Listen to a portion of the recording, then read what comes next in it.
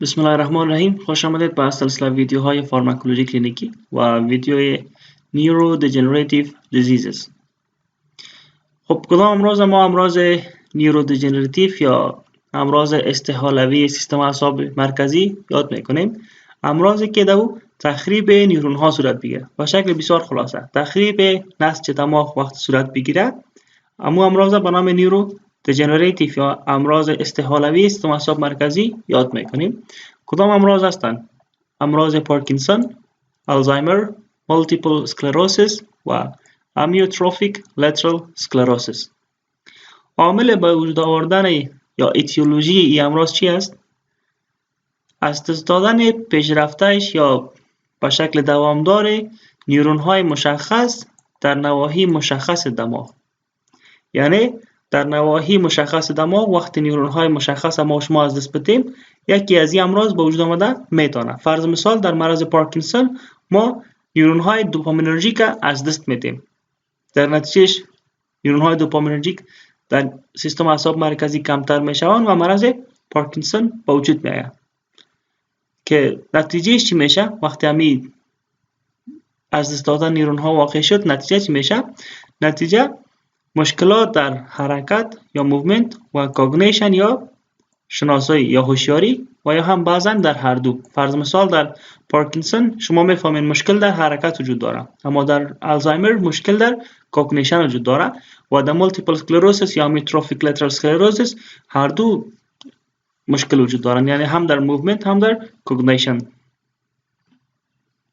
امروز مرض پارکینسون صحبت میکنیم. علت چه گفتیم که یک دیسوردر پروگرسیو مسل موومنت است، یعنی امون نیورون ها که مسئول کنترل حرکات عضلات هستند اونا تخریب میشن.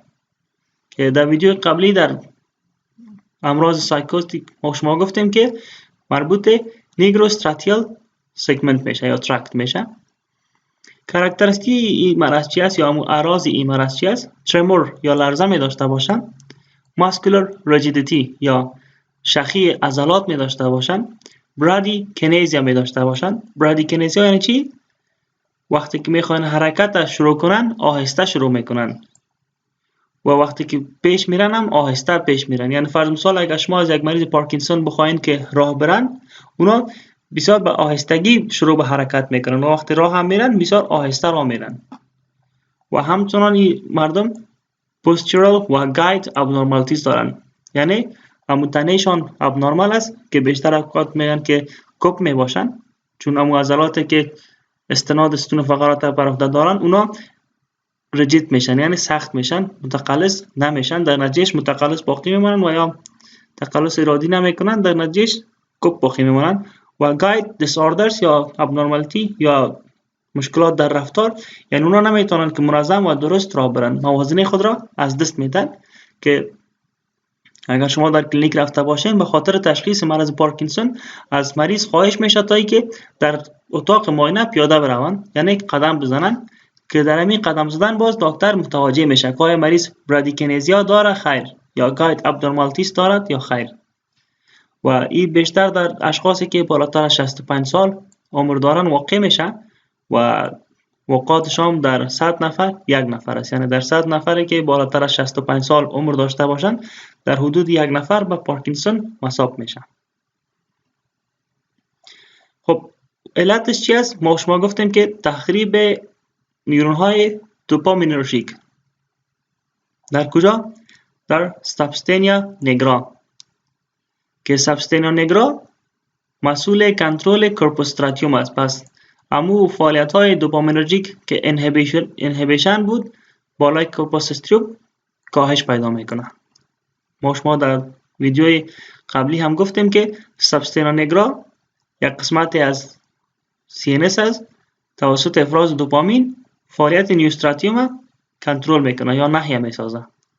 در مرض پارکینسون همین فعالیت نهیه نمیشه. وقتی که نهیه صورت نگرفت تنبیه توسط استالکولین صورت میگیره و همین ناحیه تنبیه میشه. سابستینیا نیگرا و کورپوستراتیوم قسمت های از بازل گانگلیا هستند که در موتور کنترل رول دارن، یعنی در کنترل یا تنظیم فعالیت حرکی عضویت سابستینا نیگرا و کورپوستراتیوم نقش دارند که در مریض پارکینسون نیورون های دوپامینرژیک در سابستینا نیگرا تخریب میشن. کورپوس استراتیوم نرمال است. کورپوس استراتیوم کلا مشکل نداره، فقط نیورون های دوپامینرژیک سابستینا نیگرا تخریب شدن که در این سلاید بازم شما میبینید که سابستینا نیگرا دوپامین افراز میکنن، نیوستراتیوم کنترل میکنن، نیوستراتیوم نهیه میسازه. در این شکل استایلکولین میخواد نیوستراتیوم تنبیه بسازه، یعنی استایلکولین تنبیه میسازه، دوپامین نهیه میسازه. در حالت نرمال یک تعادل بین هر دوشان وجود داره، یعنی همو حرکات تنظیم میشن در حالت نرمال به شکل تعادلی هستند. مقدار استایلکولین با مقدار دوپامین همسان است. اما وقتی مرض پارکینسون میشه مقدار دوپامین کاهش پیدا میکنه و مقدار استایلکولین نرمال است، اما نظر به اینکه دوپامین کاهش پیدا کرد پس نظر به دوپامین استایلکولین بلندتر است.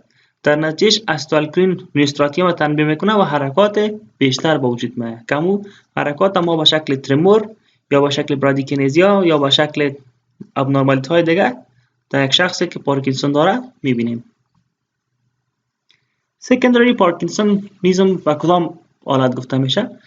به حالتهای گفته میشه که مریض توسط دواها مصاب به پارکینسون شوه، یعنی اصلا خودش دماغش یا سینسش نرمال است، فقط از دوا استفاده میکنه که باعث پارکینسون میشه که دواها فینوتایازین و هالوپریدول است که اگر شما ویدیو قبلی رو مشاهده کرده باشین این از جمله دواهای اتیپیکال است، یعنی از جمله دواهای اتیپیکال آنتی سایکوتیک است. به مرض سایکوتیک ما شما از این دواها میدیم، چون ما شما گفته بودیم که ارتباط بسیار نزدیک بین مرض سایکوزیس یا شیزوفرنیا و پارکینسون وجود داره که اگر شما یکیش تداوی میکنین و مقدارتان بلند بره باعث دیگه شده میتونین. فرض مثال شما سایکوز تداوی میکنین توسط دوپامین انتاگونیست، ببینید شخص نرمال دوپامین افراز میکنه اما وصل شدن نمیتونه چون ریسپتورش توسط دوا بلاک شده. پس طبعا مقدار انهبیتوری در نیوستراتیوم کمتر میشه نظر به اکسایتوری استایلکولین. در نتیجه استایلکولین تنبیه میشه و مو اعراض پارکینسون موجود میاد. و به این شکل وقتی شما توسط دوای پارکینسون تداوی میکنین که دوای پارکینسون دوپامین اگونیست است، وقتی شما دوپامین مقدارش زیاد میسازین اگر بازم بلندتر از نرمال شوه باعث سایکوزیس میشین، چون در سایکوزیس ما شما گفته بودیم که مقدار دوپامین بیشتر میباشه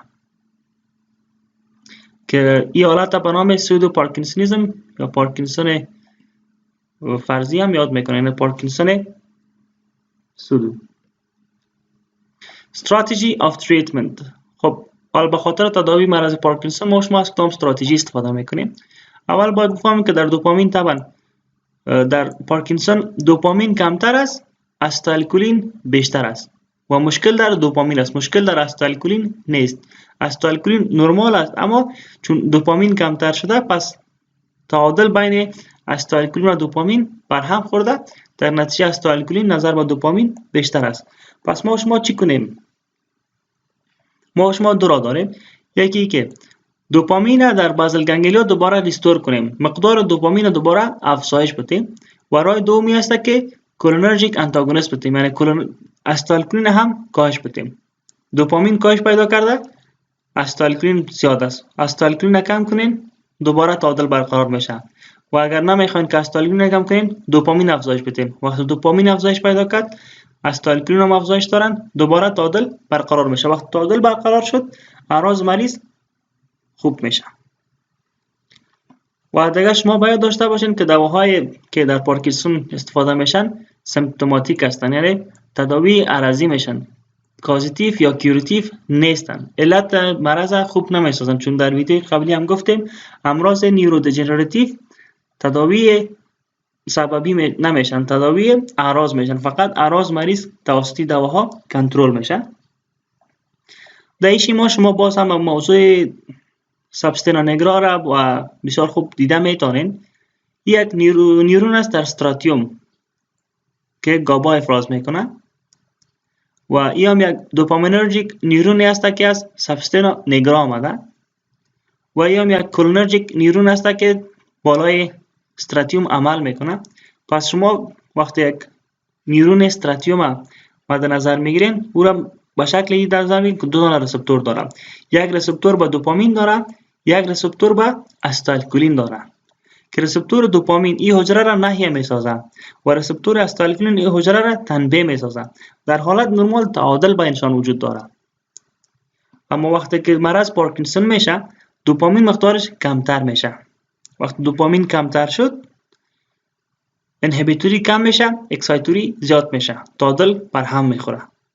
تداویش چی است؟ ما شما گفتیم که یا دوپامین زیاد میکنیم یا استایلکولین انتاگونیست میدیم. سه راه به خاطر افزایش دوپامین داریم. راه اول ما شما است که لیوادوپا بدیم. لیوادوپا یک پریکورسور ساخت دوپامین است. حجرات دوپامین کمتر دارن، ما شما پریکورسورش برش میتیم، یعنی ماده ابتدایی ساخت دوپامین میتیم تا اینکه حجرات دوپامین بسازن. دوپامین که ساخته شد دوباره میره به رسپتور خود وصل میشه. راه دومی است که ما شما دوپامین اگونیست بدیم.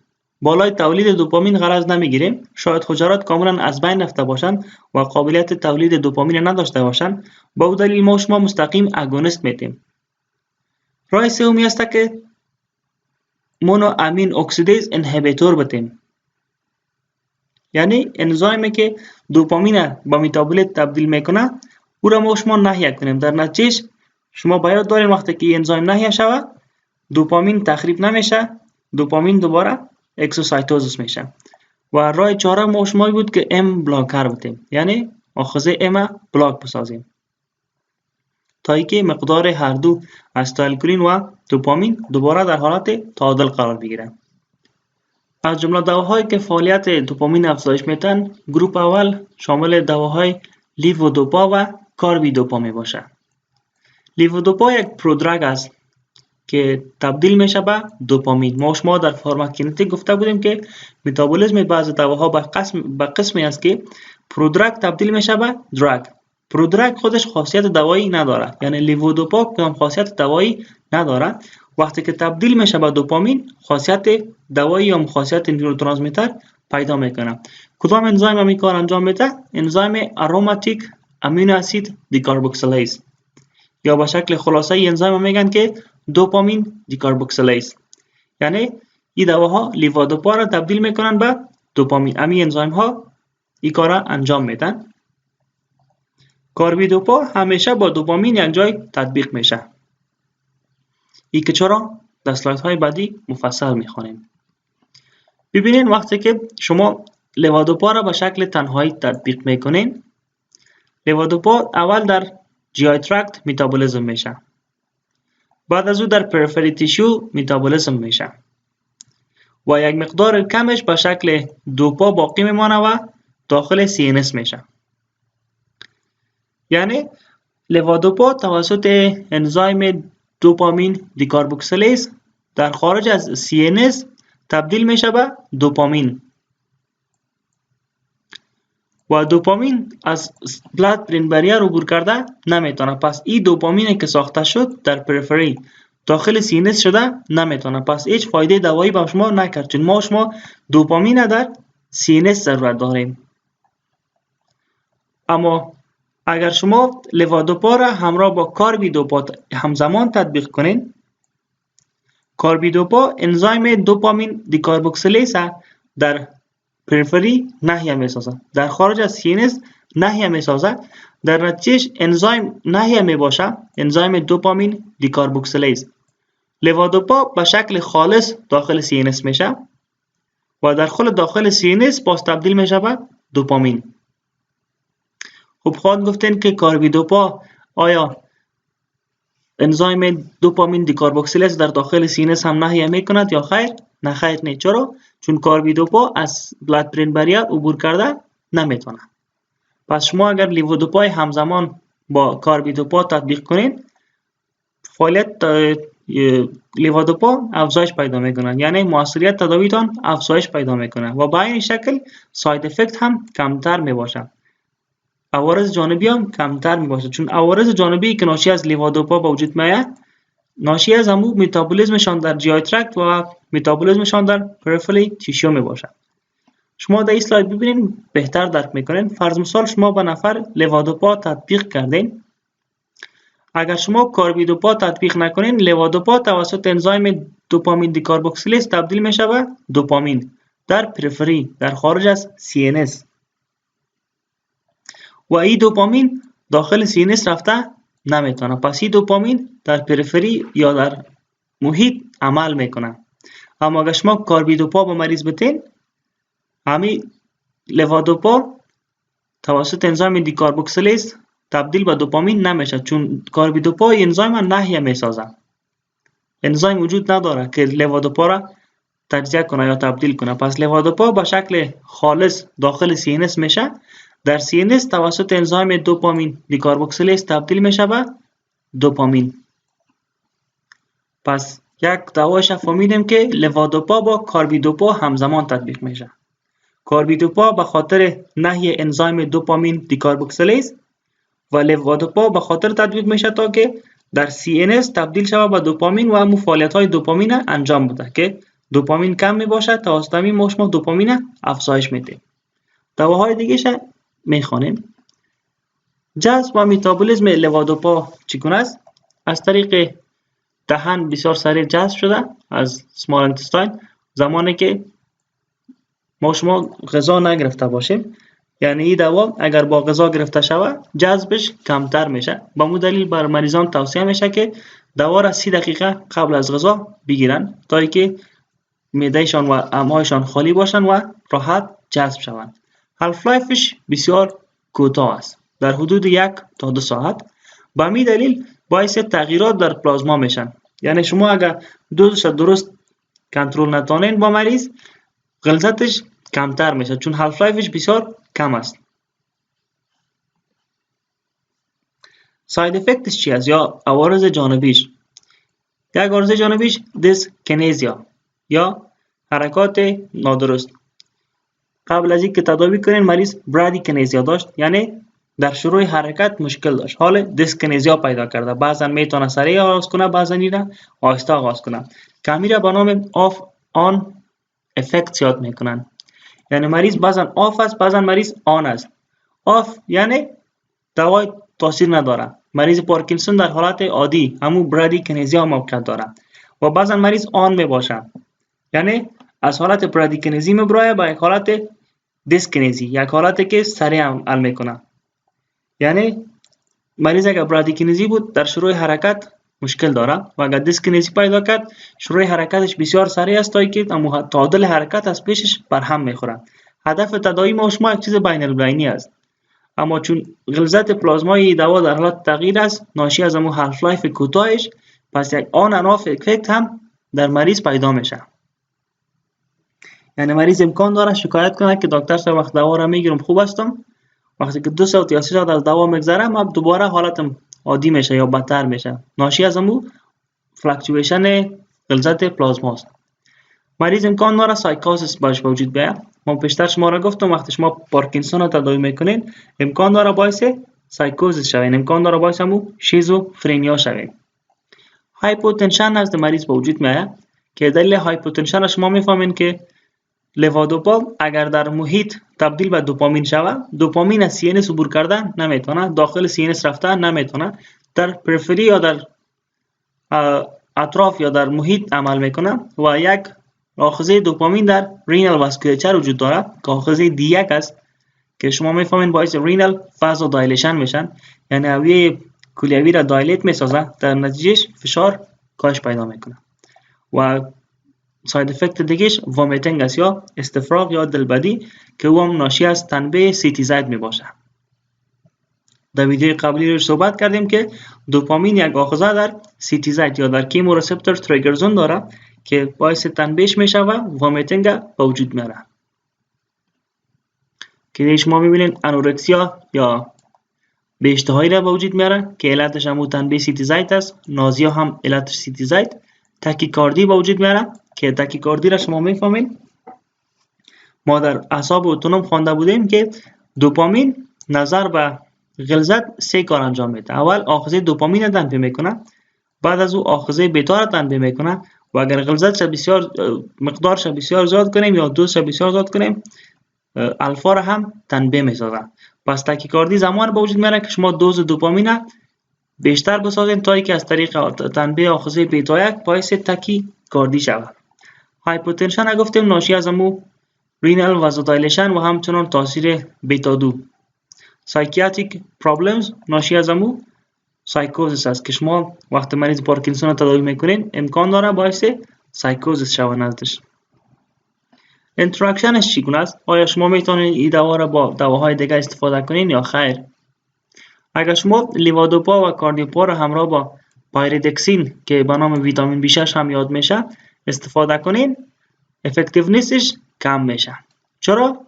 چون پایریدکسین همو انزایم دوپامین دیکاربوکسیلیز که در محیط وجود داره او را تقویت میکنه. وقتی او انزایم تقویت شد لیوادوپا تخریب میشه. وقتی لیوادوپا تخریب شد پس تاثیرش کمتر میشه. نان سلکتیو مونامین اکسیدیز انهیبیتور یعنی او مونامین انهیبیتور هایی که به شکل غیر وصفی هستند، بالای تایپ A و بالای تایپ B هر دویش عمل میکنند. فرض مثال فنلزین، اینا باعث هایپرتنسیو کرایسیس شده میتونه، یعنی مشکل فرط فشار خون به وجود آورده میتونه. چون شما میفهمین که انزایم مونامین اکسیدیز باعث تخریب نورپینفرین، سروتونین، دوپامین میشد. پس شما اگر فنلزین استفاده میکنین که نان سلکتیو است، در نتیجهش نورپینفرین هم تخریب نمیشه. نورپینفرین در ساینپس زیاد میشه. وقتی نورپینفرین در ساینپس زیاد شد باعث تنبیه آخذه های الفا میشه و از طریق هایپرتنشن به وجود میاره. که شما ببینید اگر شما لیوادوپا رو پایریدکسین استفاده کنین، لیوادوپا متابولیزم میشه و تاثیرش کمتر میشه و اگر همراه مونامین انهیبیتور استفاده کنین هایپرتنشن به وجود میاد.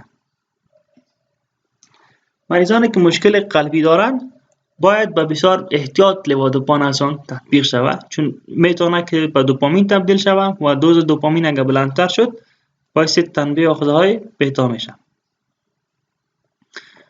مریضانی که از دوای آنتی سایکوتیک استفاده میکنن، در مریضان پارکینسون باید شما دواهای آنتی سایکوتیک استفاده نکنین، چون دوای آنتی سایکوتیک باعث ایجاد پارکینسون میشه. پس اعراض مرض پارکینسون هم بلندتر خواهد بود. و زمانی که شما مرض پارکینسون رو تداوی میکنین بعضا نزد شخص ما شما گفتیم که سایکاتیک سیمپتومز موجود میاد که به می دلیل شما باز میتونین که از low dose of atypical antipsychotics استفاده کنین. یعنی شما یک مریض پارکینسون رو تداوی میکنین، بعد از چند مدت میبینین که مریض اعراض روانی پیدا کرده، سایکوتیک شده، شما برشان یک atypical antipsychotic به شکل low dose تطبیق میکنین و می اعراضش تداوی میشه. دوای دومی که ما شما در دوپامین فانکشن داریم که دوپامین فانکشن افزایش میدن، اونا کاتاکول میتایل ترانسفریز انهیبیتور هستند که این دواها انزایم کاتاکول میتایل ترانسفریز نهیه میسازن. شما در این سلاید ببینید لیوادوپا وقتی که در پریفری باشه یا وقتی که در CNS باشه توسط انزایم کاتاکول میتایل ترانسفریز تبدیل میشه به CO میتایل دوپا که CO میتایل دوپا یک پارشل اگونیست است. یعنی ما شما یک فول اگونیست تبدیل کردیم به پارشل اگونیست. پس این مقدار دوپامین در CNS و در پریفری کاهش میده. پس راه خوبش چی است که ما شما این انزایم هم نهیه کنیم تا اینکه لیوادوپا اصلا تخریب نشه، خود لیوادوپا باقی بمانه و به دوپامین تبدیل شود تا دوپامین به شکل فول اگونیست عمل کنه. در اینجا شما ببینید لیوادوپا تطبیق میکنن توسط انزایم کاتاکول میتایل ترانسفریز تبدیل میشه به CO میتایل دوپا کی CO میتایل دوپا بالای ریسپتور دوپامین به شکل انهیبیتوری عمل میکنه. چون شما میفهمین وقتی که فول اگونیست با سم پارشل اگونیست همزمان استفاده شود، پارشل اگونیست من حیث انهیبیتوری عمل میکنه. اما شما اگر دوای تولکاپون و اینتاکاپون بتین که امی انزایم باشون نهیه بسازه، در نتیجهش لیوادوپا خودش باقی میمونه. خود لیوادوپا باقی میمونه. وقتی لیوادوپا خودش باقی ماند داخل CNS میشه و در CNS با دوپامین تبدیل میشه و همون خاصیت پارشل اگونیست یا خاصیت بلاک کننده CO میتایل دوپا هم وجود نمیاد، چون لیوادوپا اصلا متابولیزم نمیشه. و این دواها اپتیک و افیکاسی لوادوپا را افزایش میدن، چون وقتی که لوادوپا در پریفری تجزیه نشد پس داخل CNS میشه. در همین زمان کاربیدوپا برشان تطبیق کردیم. کاربیدوپا از انزیم دوپامین دیکاربوکسیلیز ناحیه ساخت، تولکاپون انزیم COMT را ناحیه ساخت، در نتیجه لوادوپا داخل CNS میشه. در داخل CNS هم چون هر دو انزیم ناحیه است تبدیل میشه به دوپامین. انزیم دوپامین دیکاربوکسیلیز عمل میکنه چون کاربیدوپا داخل CNS شده نمیتونه. خوبی این دواهایی است که معارضه جانبی آف آن کمتر میسازه، یعنی هالف لایف دوای لوادوپا را افزایش میده، چون حال لوادوپا با متابولیت ها تجزیه نمیشه. اما انزیمی که لوادوپا را با متابولیت تجزیه میکرد دور ما شما ناحیه ساختیم.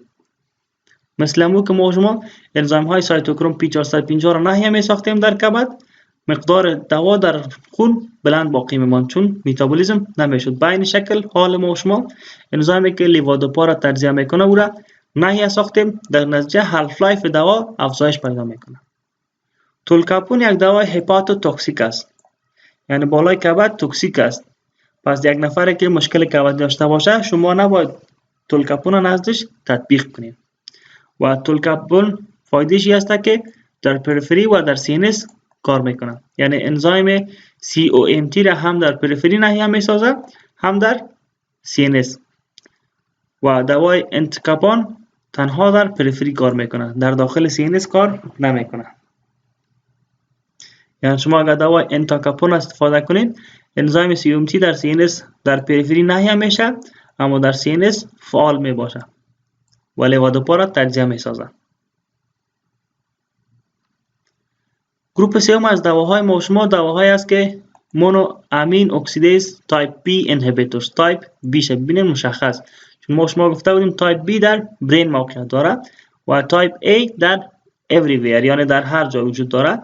و او دلیل اگر شما تایپ A و تایپ B هر دویش به شکل نان اسپسیفیک ناحیه بسازین پس نورپینفرین زیاد میشه و ناشی از مو هایپرتنسیو کرایسیس به وجود میاد. اما تایپ B را اگر شما مشخص ناحیه بسازین این در دماغ وجود داره و مشخصا دوپامین متابولیزم میسازه، یعنی وقتی که دوپامین به سایناپس افراز میشه دوباره ریاپتیک میشه در اینجا توسط مونامین اکسیدیز تجزیه میشه که دوپامین تبدیل میشه به متابولیتش. و اگر شما این انزیم ناحیه بسازید دوپامین تجزیه نمیشه، دوپامین که جذب شده دوباره داخل سایناپس میشه و تاثیرش بیشتر میشه.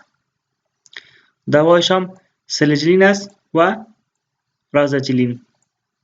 از جمله دواهای مونامین تایپ B سلکتیو هستند، یعنی به شکل مشخص تنها تایپ B را ناحیه میسازن. پس تایرمین کدام اینتراکشن نداره، چون تایرمین که در رد واین و در چیز وجود داشت توسط تایپ A متابولیزم میشد. و ایره میشه که ما شما اینیشیل تریتمنت به شکل اینیشیل تریتمنت بگیریم، یعنی شروع تداوی توسط می صورت بگیره و یا که در پهلوی لوادوپا استفاده کنیم. ساید افکتش مشابه به لوادوپا باعث دیسکنزیا، سایکوسیس و انسومنیا میشه. که انسومنیا چرا؟ چون وقتی که سرجلین متابولیزم میشه تبدیل میشه به امفتامین و شما میفهمید که امفتامین یک نورپینفرین ریلیزرز است که یکی از کارهایی که میکرد باعث بیخوابی میشد.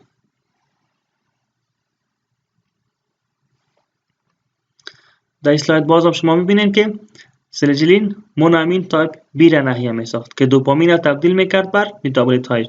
این دوپامینی که در پریفری ساخته میشه توسط تایپ B تجزیه نمیشه، بلکه تنها اویی که در CNS موقعیت داره توسط تایپ B به متابولیت تبدیل میشه. و اگر شما سلجلین استفاده کنین در نتیجه دوپامین تجزیه نشده، دوپامین بلندتر باقی میمونه. پس سه راهی که ما شما دوپامین افزایش دادیم چی بود؟ راه اولی بود که ما شما لوادوپا یک پریکارسر دوپامین تطبیق کردیم و به خاطر از اینکه او در پریفری استفاده نشه بلکه بدون تبدیل داخل CNS شود ما شما کاربیدوپا دادیم که انزیم دوپامین دیکاربوکسیلیز ناحیه ساخت.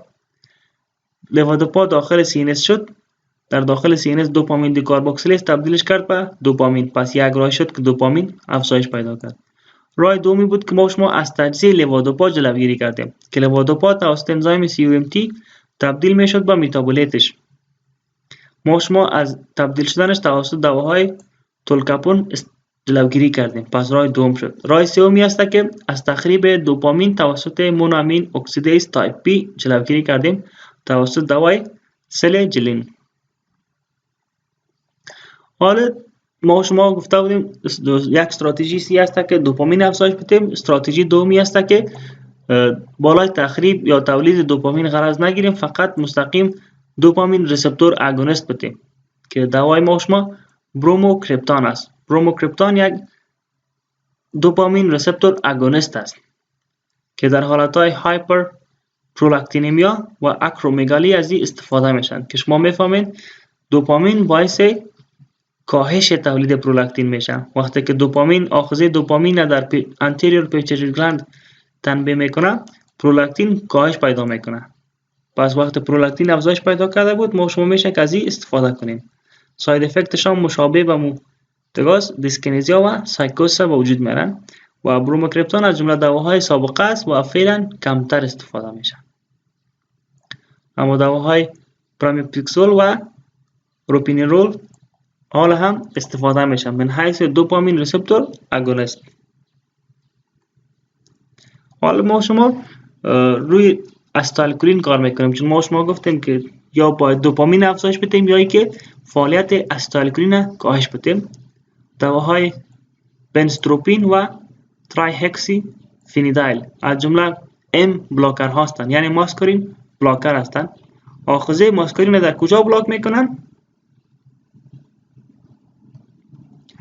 در خود گابارچیک نیورونی که در استراتیوم موقعیت داره. در این ناحیه این ریسپتور ماسکارین بلاک میکنن، در نتیجه استالکولین وصل شده نمیتونه و متوازن بین دوپامین و استالکولین دوباره تامین میشه. اما چون این ساید افکت زیاد داره، به دلیل از اینکه شما میفهمین وقتی ام بلاکر میتین تمام ریسپتورهای ام بلاک میشن.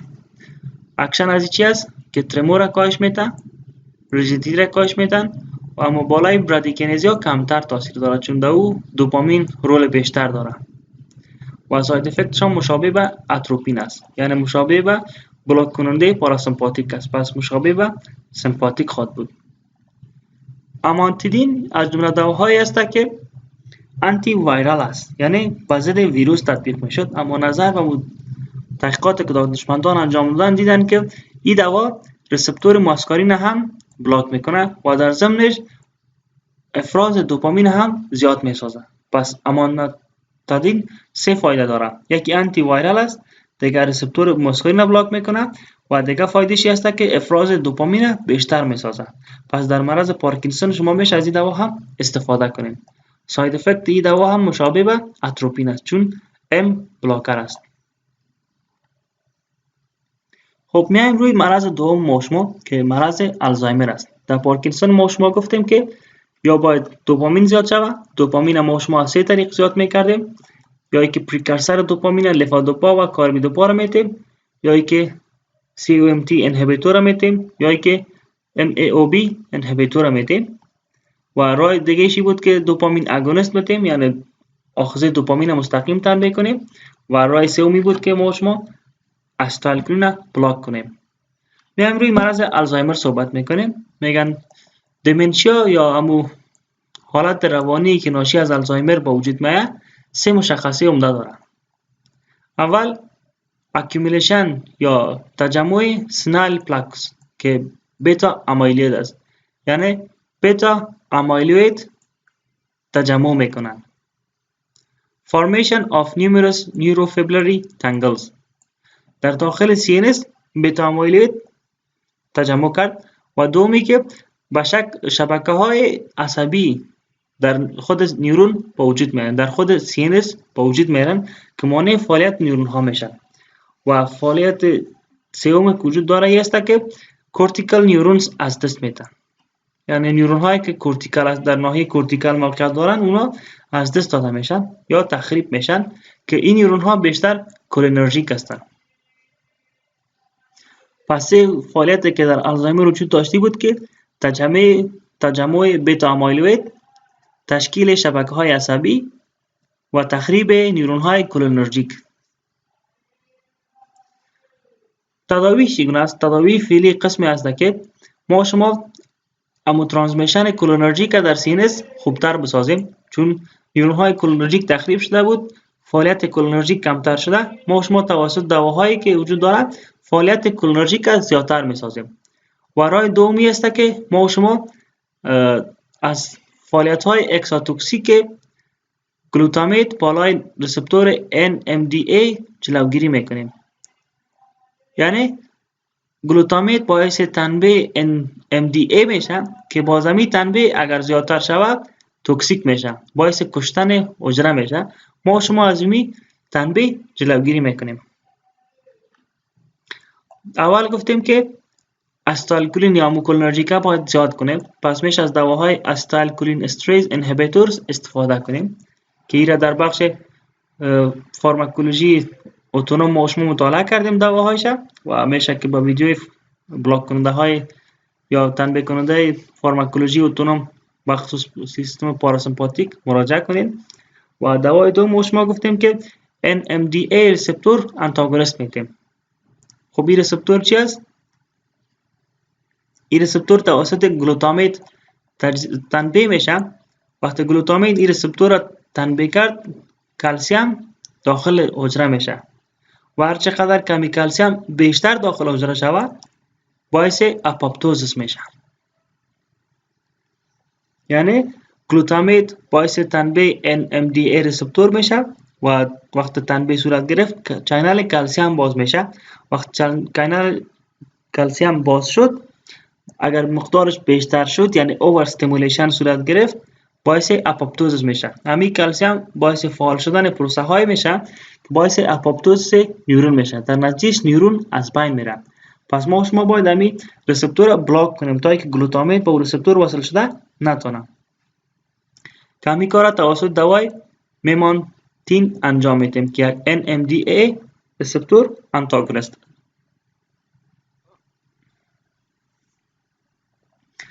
مرض سیمی ما شما مولتیپل اسکلروسیس بود که مولتیپل اسکلروسیس شما میفهمید که یک اوتو ایمیون انفلاماتوری دیمینیتینگ دیزیز است. یعنی یک مرض سیستم معافیت است، التهابی است که باعث دیمیالینیتینگ میشه. یعنی شیت میالین از اکسون ها و از نیورون ها از بین میبرن، اکسون ها را به میالین میسازن. تداویش قسمی است که ما شما دیزیز مودیفاینگ تراپیس انجام داده میتونیم. یعنی دواهای داده میتونیم که باعث تبدیل مرض میشن، یعنی حالت مرض را تبدیل میسازن که این بیشتر بستگی داره به اینکه ما شما امو التهاب که ناشی از وایت بلاد سلز به وجود میاد او را نحیه بسازیم. چون شما میفهمید یک مرض التهابی است. وقتی اتومیون بود یعنی سیستم معافیت مقابل از او اکسون ها و پوش میالین عکس العمل نشان میدن، در نتیجه حجرات سفید خون میرن و امو پوش میالین لایز میسازن، از بین میبرن. چون بعدن فکر میکنن که همین پوش میالین توکسیک است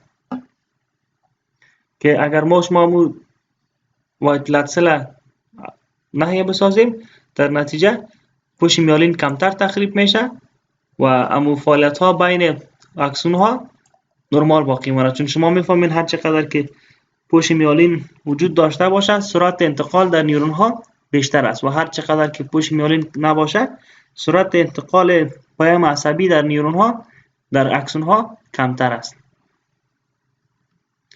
دواهای اول که میگفتیم داده میتونیم ایمیونو مودولیتوری هستند، یعنی دواهایی هستند که سیستم ایمیون مودولیت میسازن، تنظیم میسازن.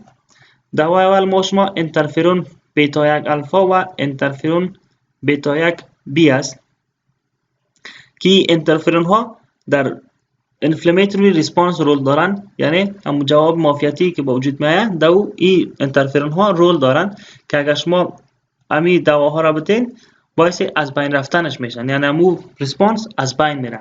دوای دوم شما گلاتیر رامیر است که من حیث یک تیسل اتاک دیکوی میکنن، یعنی تیسل اتاک بازی میتن. حجرات تی میخواین بالای میالین حمله کنن، اما وقت دوا وجود داشته باشه به عوض میالین بالای دوا حمله میکنن و دوا را تخریب میکنن. پس همو تیسل اتاک فریب داده شد، از تخریب میالین جلوگیری میشه. فینگرمون از جمله دواهای دیگه است که از مهاجرت لیمفوسایت ها جلوگیری میکنن. یعنی مهاجرت لیمفوسایت ها را به ناحیه که اوتو ایمیون انفلامیشن موجود آمده از جلوگیری میکنن. در نتیجه حجرات سفید خون کمتر میرن، لیمفوسایت ها کمتر میرن و در نتیجه التهاب کمتر به وجود میاد. دوای چهارمی ما شما تریفلونوماید است که دوا از تولید پایریمیدین جلوگیری میکنه. شما میفهمید که پایریمیدین از جمله بیس‌هایی است که در تولید دی ان ای رول داره. پایریمیدین و پیورین شما میفهمید. پایریمیدین که ادرینین و گوانین میسازه در تولید دی ان ای و آر ان ای رول داره. یعنی وقتی حجرات لیمفوسایت یا حجرات وایت بلاد سل ساخته میشن، طبعا دی ان ای شان ریپلیکیت میشه. وقتی که شما پایریمیدین میدین، دی ان ای شان کمتر ریپلیکیت میشه و کمتر ساخته میشه. در نتیجه لیمفوسایت های اکتیو کمتر میشن. چرا؟ چون کمتر تولید میشن. دای میتایل فیومارید از جمله دوای دیگه است که سیلولر ریسپانس مقابل به اکسیدیتیو استرس کاهش میدن. یعنی وقتی یک استرس اکسیدیتیو مقابل افزایش کلسیم در حجره نیورون واقع میشه و باعث از این میشه که حجره آپوپتوزیس کنه، اگر شما دای میتایل فیومارید داده باشین، همو ریسپانس مقابل همو استرس کمتر میشه.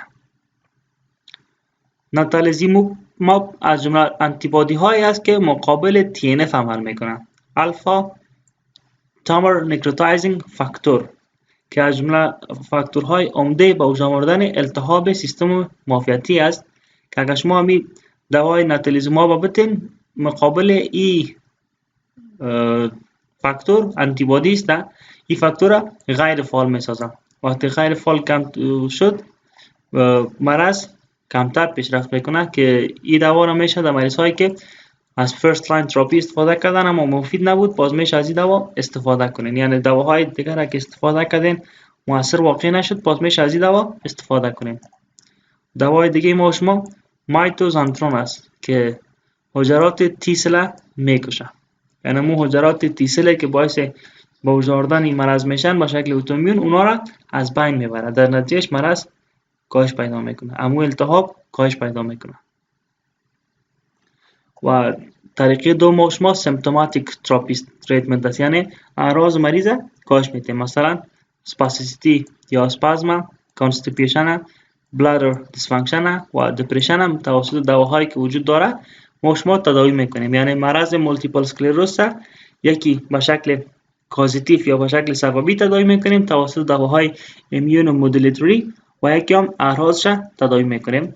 فرض مثال ما شما دالفوم پریدین به مریض میتیم که یک پتاسیم چینل بلاکر است که این دوا در واکینگ سپید مریضان مفید است. یعنی مریضی که مولتیپل اسکلروز می داشته باشه بسیار آهسته حرکت میکنه، ناشی از مو که اکسون هایشان پیام آهسته تر انتقال میتن چون دیمیالینیت شدن.